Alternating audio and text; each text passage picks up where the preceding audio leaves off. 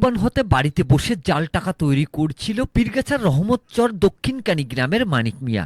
এমন তথ্য যায় র্যাবের কাছে। রংপুর র্যাব ১৩ গোপনে জাল টাকা তৈরির বিষয়টি অনুসন্ধান করতে থাকে। ১৭ জানুয়ারি শনিবার দিনগত গভীর রাত র্যাব ১৩ রংপুর সদর কোম্পানির আভিযানিক টিম পীরগাছায় অভিযান চালিয়ে রহমতচর দক্ষিণকানী গ্রামে মানিক মিয়ার বাড়ি থেকে জাল টাকা তৈরির মেশিন সহ ৩৩০টি ৫০০ ও ২০ টাকার জাল নোট উদ্ধার করে। জব্দ করা হয় জাল টাকা তৈরিতে ব্যবহৃত laptop, colour print, laminating machine, foil paper, screen রং, বায়োমেট্রিক তেল সহ বিভিন্ন সরঞ্জাম।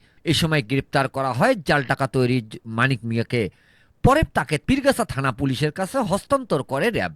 গ্রেপ্তার মানিক মিয়া পীরগাছা তাম্বুলপুর ইউনিয়নের রহমতচর দক্ষিণকানী গ্রামের শামসুল হকের ছেলে।